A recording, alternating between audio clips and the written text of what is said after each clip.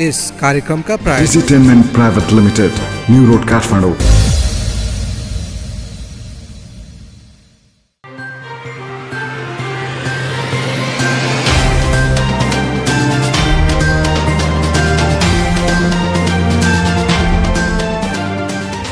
नमस्कार, बीएमएसडी टेलिभिजनको मनोरञ्जन समाचारमा यहाँहरूलाई स्वागत छ। म सम्झिना श्रेष्ठ। मनोरञ्जन समाचारको सुरुमा मुख्य खबरका शीर्षकहरू।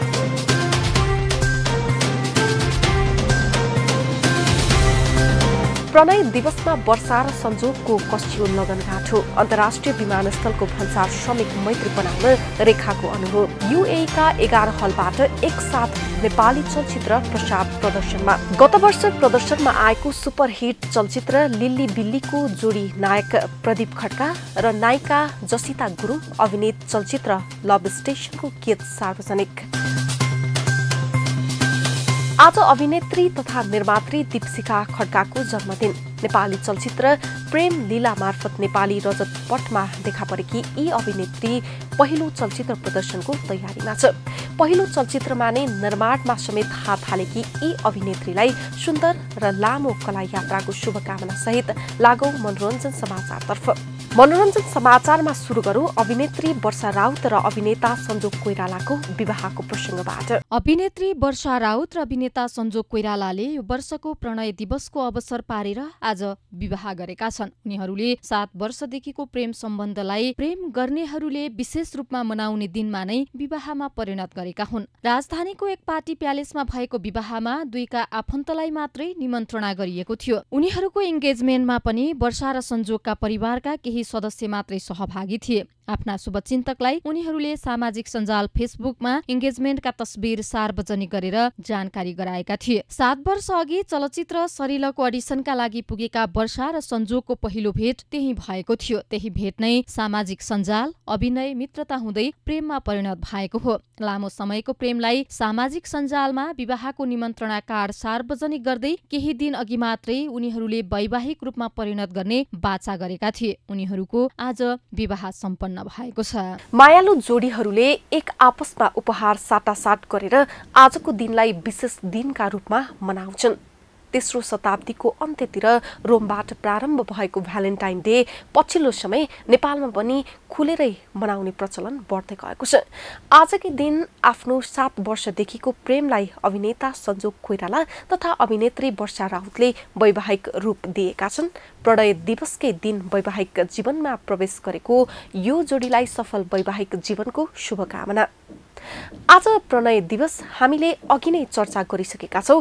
त्यसैले मनोरञ्जन समाचारको आजको बुलेटिनमा नेपाली कला क्षेत्रका केही जोडीलाई प्रस्तुत गर्न चाहन्छौं जो प्रेममा भाग्यमानी ठहरिए। कला क्षेत्रमा मात्रै होइन, विश्वभरि नै साँचो प्रेमको सुखद अन्त्य भएको देखिँदैन। मुना मदनदेखि रोमियो जुलियट सम्मको कथा पनि साँचो प्रेमको दुःखद अन्त्यका कारण चर्चामा रहेका छन्। प्रणय दिवस पनि साँचो प्रेमको अवसान भएको दिन हो। तर नेपाली चलचित्रमा त्यस्ता केही भाग्यमानी कलाकार छन् जसले आफ्नो प्रेमलाई विवाहमा परिणत गर्ने सौभाग्य प्राप्त गरेका छन्। उमेर निकै घर्किएपछि विवाह बन्धनमा बाँधिएका महानायक राजेश हमाल प्रेमका मामलामा भने भाग्यमानी साबित भए। उनले केही म्युजिक भिडियोमा मोडलिङ गरेकी मधु भट्टराईलाई 7 वर्षको प्रेमपछि 5 वर्ष अघि दुलही बनाएर भित्राएका थिए। प्रेममा रहँदा सम्बन्ध उति साह्रो सार्वजनिक नगरेका अभिनेता हमालले विवाहपछि भने मधुलाई पुख्त समय दिने गरेका छन्। उनले पछिल्लो समय बेला बेला उमेर अनुसारको जीवन त्यही उमेर बाँच्नु पर्ने रहेछ भन्दै अरूलाई सुझाव दिने गरेका छन्। यस्तै प्रेमको मामलामा भाग्यमानी ठहरिएका अर्का अभिनेता हुन् निखिल उप्रेती। उनले अभिनेत्री सञ्चिता लुइटेलसँग प्रेम विवाह गरे। चलचित्र माया त माया होका लागि जोडी बन्न निस्केको यो जोडी अन्ततः जीवनकै सहयात्री बनेर देखियो। उनीहरू प्रेममा परेपछि नेपाली चलचित्र छाडेर करिब 5 वर्ष मुम्बईमा बसे। हाल उनीहरू दुवै नेपाली चलचित्रमा सक्रिय छन्। निखिल र सञ्चिता दुवैको यो दोस्रो विवाह थियो। सीताराम कटेल र कुञ्जना घिमिरेको जोडी पनि प्रेमका मामलामा भाग्यमानी जोडी हुन्। नेपाली कला क्षेत्रमा उनीहरूको प्रेम प्रेम जीवन पनि निकै सुखद रहेको पाइन्छ। सिरियलको छायाङ्कनको समयदेखि नै एकअर्कालाई मन पराएको यो जोडीले केही वर्ष प्रेम गरेर बिहे गरेको हो। बिहे पश्चात यो जोडी समाजसेवामा बढी सक्रिय छ। उनीहरूले केही चलचित्रमा अभिनय र निर्माण समेत गरेका छन्। वर्षा राउत र सञ्जोग कोइरालाको प्रेमलाई लिएर नेपाली सिने उद्योगमा धेरै चर्चा भयो। उनीहरू आजकै दिन वैवाहिक जीवनमा प्रवेश गरेका छन्। एक चलचित्रको कार्यक्रममा भेटिएको यो जोडीले पनि आजबाट सहयात्राको प्रारम्भ गरेको छ। यसरी हेर्दा उनीहरूका लागि पनि प्रेम फापेको देखिन्छ। नेपाली सिने उद्योगमा सबैभन्दा धेरै चर्चा पाएको प्रेम हो अभिनेत्री प्रियङ्का कार्की र आयुष्मान देशराजको। उनीहरूको प्रेम जीवन निकै रोमान्टिक छ। 2 वर्ष अगाडि चलचित्र कथा काठमाडौँको सेटबाट सुरु भएको उनीहरूको प्रेम पनि आगामी असारमा विवाहमा परिणत हुँदैछ। औपचारिक रूपमा एंगेजमेन्ट गरेको यो जोडीले आफूहरू दुईको नाम मिलाएर आइङ्का फाउन्डेसन नै सुरु गरिसकेका छन्। अभिनेता आर्यन सिग्देल पनि प्रेमका मामलामा भाग्यमानी कलाकार ठहरिन्छन्। उनले 4 वर्षको प्रेमपछि प्रेमिका सपना भण्डारीलाई 5 वर्ष अघि जीवनसाथीका रूपमा भित्र्याएका थिए। आर्यन र सपनाको प्रेम जीवन पनि निकै रोमान्टिक छ। सुरुमा आर्यनकी फ्यान सपना, पछि मात्रै प्रेमिका भएकी थिइन्। फागुनको अन्तिम साता यो जोडी आमा बाबु बन्ने समाचार पनि सार्वजनिक भइरहेका छन्। नेपाली कला क्षेत्रमा अन्य यस्ता थुप्रै जोडी छन् जसले आफ्नो प्रेम जीवनलाई बिहेमा परिणत गरेका छन्। मुकेश ढकाल र मेलिना मानन्दरले पनि प्रेम विवाह गरेका थिए। उनीहरूको वैवाहिक जीवन हालसम्म राम्रै चलिरहेको छ। अभिनेत्री विनिता बरालले आफ्ना प्रेमी तिलक पौडेलसँग फूलमाला गरेकी छिन्। कलाकार सरिता लामिछाने तथा निर्देशक ऋषि लामिछानेले पनि प्रेम विवाह गरेर खुसीको जीवन यापन गरिरहेका छन्। भर्खरै प्रेममा पर्नुभएका, प्रेम गरेर विवाह गरिसक्नुभएका तपाईँ सम्पूर्णलाई प्रणय दिवसको शुभकामना। तपाईँ सम्पूर्णको प्रेम जीवन सुखद रहोस्। मनोरञ्जन समाचारमा अब अर्को प्रसङ्ग।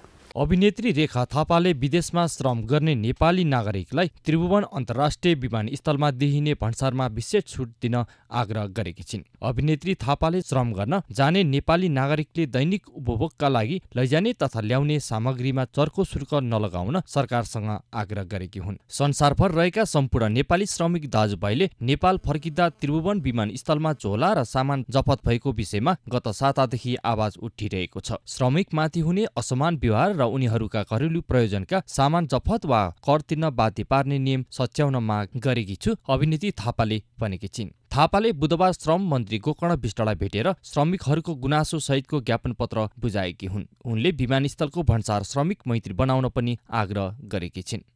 पछिल्लो समय कलाकारहरूले विभिन्न सामाजिक विषयमा आवाज उठाउन थालेका छन्। गत साता नै अभिनेत्री रेखा थापाले विदेशबाट नेपालीले ल्याएका सामान विमानस्थलमा जफत भएको भन्दै विरोध गरेकी थिइन्। उनले फेसबुकमा लामै स्ट्याटस पोस्ट गर्दै श्रमिक नेपालीको पक्षमा वकालत गरेकी थिइन्। उनले परे विमानस्थलमा एक्लै आन्दोलन गर्ने समेत उल्लेख गरेकी थिइन्। त्यसपछि विदेशमा रहेका थुप्रै नेपालीले उनको समर्थन गरेका थिए। हालै उनले मन्त्रीलाई भेटेर भन्सार छुटका लागि आग्रह गरेकी हुन्। हामी मनोरञ्जन समाचारको साथमा छौं। मनोरञ्जन समाचारमा खबरहरूको सिलसिला जारी नै छ। अहिलेलाई भने बेला भएको छ छोटो व्यावसायिक विश्रामको। विभिन्न ब्रान्ड प्रमोसनको लागि तपाईले चाहेको संख्यामा SMS पठाउन सकिने। विवाह, व्रतबन्ध, धार्मिक कार्य तथा विभिन्न सभा समारोहका लागि एकैपटक धेरैलाई खबर तथा निमन्त्रणा पठाउन सकिने। तपाईको कुनै पनि इभेन्टको लागि भोटिङ कोड क्रिएट गरेर भोटको व्यवस्था गर्न सकिने। विस्तृत जानकारीका लागि Digitainment private limited, New Road Kathmandu. हाम्रो मोबाइल एप पोपी गुगल प्ले स्टोरबाट डाउनलोड गरी यो चलचित्र तपाईको आफ्नै मोबाइलमा हेर्नुहोस्। नेपाल टेलिकमका प्रयोगकर्ताहरूले अब आफ्नै मोबाइल ब्यालेन्सबाट कुनै पनि फिल्म पोपीमा किनेर हेर्न सक्नुहुनेछ। अब उत्कृष्ट गीतहरू तपाईको मोबाइलमा। नेपाल टेलिकम प्रयोगकर्ताले 1455 डायल गरी नयाँ उत्कृष्ट गीतहरू सुन्न सक्नुहुनेछ। साथै आफ्नो कलर रिङ ब्याक टोन बनाउन सक्नुहुनेछ। नेपाल टेलिकम, राष्ट्रको सञ्चार।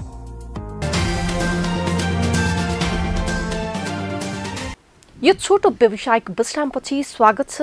अब बाँकी प्रसङ्ग।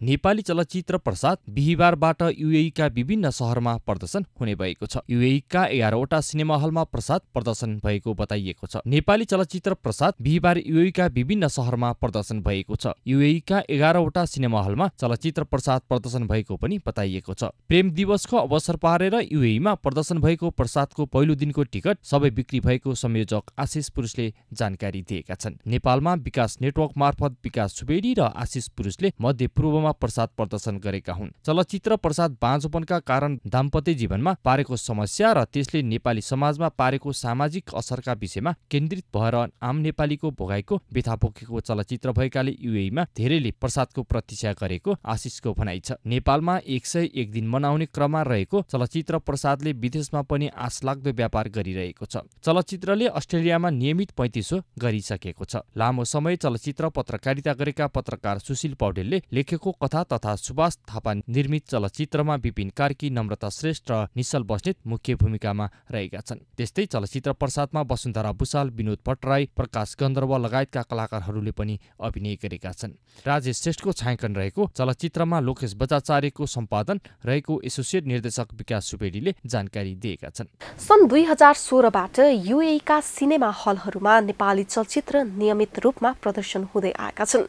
चलचित्र प्रसाद भने UAE का बलिउड सिनेमा हलमा समेत प्रदर्शन भइरहेको बताइएको छ। नेपालमा मिश्रित प्रतिक्रिया सहित राम्रै व्यापार गरेको चलचित्र प्रसादलाई UAE मा पनि प्रदर्शन सफलताको शुभकामना। तिमीले हेर्ने जुन मैले हेर्ने जुन एउटै एउटै त होला। चलचित्र प्रेम गीत 2 का नायक प्रदीप खड्का र नायिका जोसिता गुरुङ अभिनेत चलचित्र लभ स्टेशनको गीत सार्वजनिक भएको छ। गत वर्ष प्रदर्शनमा आएको सुपरहिट चलचित्र लिलिबिलीका सर्वाधिक रुचाइएका जोडी प्रदीप खड्का र जोसिता गुरुङको लिड रोल रहेको चलचित्र लभ स्टेशनको पहिलो रोमान्टिक घाम जुन चाहिँदैन बोलको गीत प्रेम गर्नेहरूका लागि विशेष दिन प्रणय दिवसको अवसर पारेर निर्माण टिमले बुढासुब्बाको युट्युब च्यानल मार्फत सार्वजनिक गरेको हो। निर्देशक उज्जवल घिमिरेको निर्देशन रहेको र चैत 22 गतेबाट प्रदर्शनमा आउन लागेको चलचित्र लभ स्टेशनको सार्वजनिक गीतको भिडियोलाई भियतनाममा छायाङ्कन गरिएको छ भने गीतमा प्रदीप र जोसिता माथि फिचर गरिएको छ। साथै गायक सुगम पोखरेल र गायिका रेशमा पुन मगरको स्वर, दीपक शर्माको संगीत रहेको छ। सार्वजनिक गीतमा सांगीतिक प्रेम कथामा आधारित पारिवारिक चलचित्रमा प्रदीप र जोसिताका अलावा रमेश बुढाथोकी, सरू विष्ट, रवि डङ्गोल, प्रकाश शाह, प्रिया रिजाल, रेसु भट्टराई, कालु राणा, विनोद कुमार पौडेल, दिनेश काफ्ले लगायतका कलाकारहरूको अभिनय रहेको छ। काफिया फिल्म्सको ब्यानरमा काफिया शाही कृषु र कबीर विक्रम शाहीले निर्माण गरेको चलचित्रमा आलोक शुक्लाको छायाङ्कन, सम्बुजित बास्कोटा, दीपक शर्मा, राजेन्द्र शिवाकोटी र एलिस कार्कीको संगीत रहेको छ।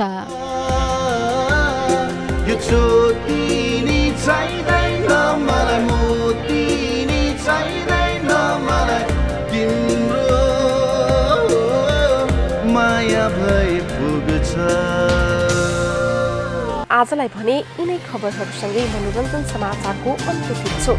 आजका लागि मनोरञ्जन समाचारमा अन्तिम खबर स्वरूप जोड्न चाहन्छौँ एउटा साहित्यिक प्रसङ्गबाट। गायक दिनेश गौतमसँग पोखरामा महफिल हुने भएको छ। नेपाली संगीत क्षेत्रमा फरक धार र स्वादका गीत गजल पस्केका गौतमसँग फागुन 3 गते सांगीतिक महफिल हुने भएको हो। पैसा गीतबाट चर्चामा आएका गौतमले पोखरामा झण्डै दर्जन गजल सुनाउने छन्। गौतमले काठमाडौँ र पोखराका स्रष्टाका गजल समेत गाएर माहौल तताउनेछन्। फलैचा स्पट कालिका स्थानको प्रस्तुतिमा हुन लागेको महफिलमा पोखरेली गीत, गजल र संगीत प्रेमीलाई गौतमले विशेष स्वाद चखाउनेछन्। पोखराको फेवा रिजोर्ट दिहीको पाटनमा शुक्रबार 5 बजे साँझ हुन लागेको महफिलको गजल सन्ध्या पोखराले सहकार्य गरेको छ। कार्यक्रमको तयारी पूरा भइसकेको आयोजकले जानकारी दिएको छ। दिनेश गौतम नेपाली गीत, संगीत र गजलको क्षेत्रमा विशेष पहिचान बनाएका व्यक्ति हुन्। कार्यक्रमको व्यवस्थापन गरिरहेका गजलकार बाबु त्रिपाठीले भने, पोखरामा पहिलो पटक हुने महफिल विशेष अवसर बन्नेछ। दशक अघि पैसा कसले बनाए गीत गाएर चर्चामा आएका गौतम रुचाइएका गायक हुन्। गौतमका म ईश्वर भएको भए, इमान सामान बेचिदिन्छ मान्छे, छातीभित्र पटझड राखेको छु, हो यस्तै रहेछ माया, म मान्छे थिए लगायतका दर्जनभन्दा बढी गीत चर्चित छन्। गौतमको केही समय अघि मात्र बजारमा आएको नयाँ गीत बासे काटेरले चर्चा बटुलिरहेको छ। साहित्यमा पुस्तक प्रसादका नामले परिचित गायक गौतम पोखरामा हुने महफिलबाट पोखरेली पार्खीलाई विशेष स्वाद चखाउनु आतुर रहेको बताउँछन्। मनोरञ्जन समाचारको अन्त्यमा मुख्य खबरका शीर्षकहरू पुनः एकपटक। प्रणय दिवसमा वर्षा र संजोगको कसियो लगनगाँठो। अन्तर्राष्ट्रिय स्थलको भन्सार श्रमिक मैत्री बनाउन रेखाको अनुरोध। युएका 11 हलबाट एकसाथ नेपाली चलचित्र प्रदर्शनमा। गत वर्ष प्रदर्शनमा आएको सुपरहिट चलचित्र लिल्ली बिल्लीका जोडी नायक प्रदीप खड्का र नायिका जसिता गुरुङ अभिनीत चलचित्र लभ स्टेशनको गीत सार्वजनिक। हस्त मनोरञ्जन समाचार आजलाई यति नै। भोलि फेरि नयाँ खबरका साथमा उपस्थित हुनेछौँ। आजलाई भने समाचार डेस्कका सम्पूर्ण साथीसहित क्यामेरामा दिपेश गुरुङका साथमा म सञ्जिना श्रेष्ठ पनि बिदा हुन्छु। नेपाली सिनेमा हरेकको मनमा BMSD टेलिभिजन हेर्दै गर्नुहोला। नमस्कार।